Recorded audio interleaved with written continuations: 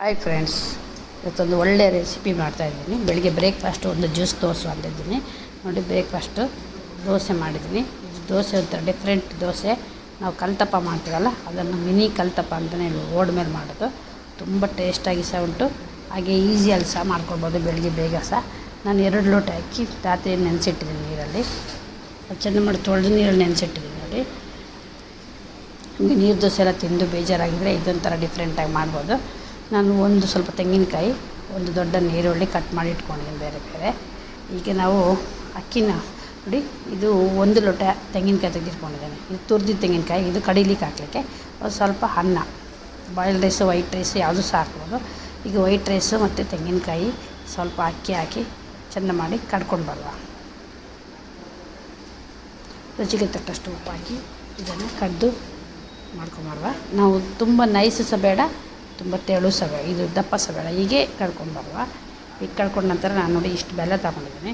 ಇದಕ್ಕೆ ಬೆಲ್ಲ ಹಾಕಿದರೆ ಒಂದು ಟೇಸ್ಟು. ತುಂಬ ಬೆಲ್ಲ ಹಾಕಬೇಡ, ಒಂದು ಮೀಡಿಯಮ್ ಸೈಜಲ್ಲಿ ಬೆಲ್ಲ ಹಾಕಬೇಕು. ಆ ಬೆಲ್ಲನ ನಾವು ನೀರಲ್ಲಿ ಕುದಿಸಿ, ನೋಡಿ ಚೆಂದ ಮಾಡಿ ಕುದಿಸಿ, ಅದನ್ನು ನೀರನ್ನು ತೆಗೆದು ನಾವು ಇದಕ್ಕೆ ಬಿಸಿ ಬಿಸಿಯೇ ಹಾಕ್ಬೇಕು. ಇದಕ್ಕೆ ಬಿಸಿ ಬಿಸಿ ಹಾಕಿದರೆ ನಾವು ಮಾಡೋ ದೋಸೆ ದಪ್ಪಾಗಿ ಕಲ್ತಪ್ಪ ಚೆಂದ ಬರ್ತದೆ.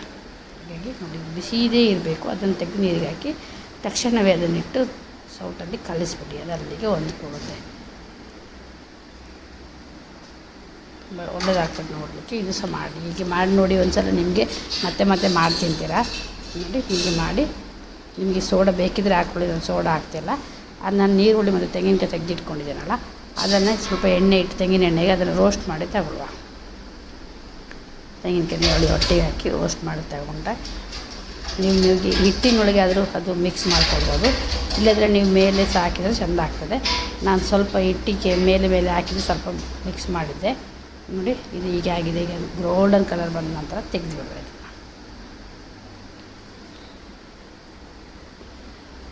ಇದು ತಿನ್ನುವಾಗ ಮಿಡ್ಲಲ್ಲಿ ತೆಂಗಿನಕಾಯಿ ಸಿಕ್ಕಿದರೆ ಭಾರಿ ರುಚಿ ಆಗ್ತದೆ ಅಂತ ನಾನು ಹೀಗೆ ಮಾಡಿದ್ದೀನಿ. ನೋಡಿ, ಅದೇ ಬಾಣಲೆಗೆ ಒಂದು ಸ್ಪೂನ್ ಎಣ್ಣೆ ಹಾಕಿ ಇದನ್ನು ನೋಡಿ 2 ಸೌಟು ನಾವು ಬಂದವ ಹಾಕಬೇಕು. ಹಾಕಿ ನಾವು ಇದು ಮಾಡಿಟ್ಟಿದ್ದೆಲ್ಲ ಗೋಲ್ಡನ್ ಕಲರ್ ಬಂದಿದೆ. ಇದು ಅದು ಸ್ವಲ್ಪ ಮೇಲೆ ಹಾಕಬೇಕು. ಅದಕ್ಕೆ ಅದು ಅಲ್ಲೇ ಉಬ್ಬಿ ಬರ್ತದೆ. ಉಬ್ಬಿ ಬಂದರೆ ತುಂಬ ಚೆಂದ ಬರ್ತದೆ. ನೋಡಿ, ಇಷ್ಟು ನೋಡಿ ಒಳ್ಳೆ ಉಬ್ಬಿ ಬಂದಿದೆ. ಇದನ್ನು ಹಾಗೆ ತೆಗೆದು ತಿರುಗಿಸಿ ಹಾಕುವ. ತಿರುಗಿಸಿ ಹಾಕಬೇಕದು.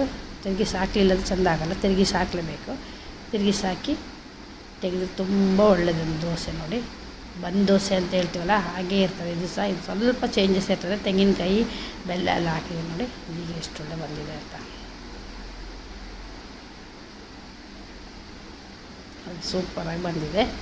ನೀವು ಒಂದು ಸಲ ಮಾಡಿ ನೋಡಿ ಹೇಗಾಗಿದೆ ಅಂತ ನನಗೆ ಕಮೆಂಟಲ್ಲಿ ತಿಳಿಸಿ. ಈಗ ನಾನಿಲ್ಲಿ ಬೆಳಿಗ್ಗೆಗೆ ದೋಸೆ ಒಟ್ಟಿಗೆ ಒಂದು ಜ್ಯೂಸ್ ಮಾಡ್ತೀನಿ. ಇದು ಜ್ಯೂಸ್ ಅಂದರೆ ತುಂಬ ಒಳ್ಳೆಯದು. ಖಾಲಿ ಹೊಟ್ಟೆಲಿ ತಿಂದು ಕುಡಿದ್ರೆ ನೆಲ್ಲಿಕಾಯಿ, ಅಂದರೆ ಕರಿಬೇವಿನ ಸೊಪ್ಪು, ಪುದೀನ ಮತ್ತು ಸೌತೆಕಾಯಿ ಹಾಕಿದ್ದೀನಿ.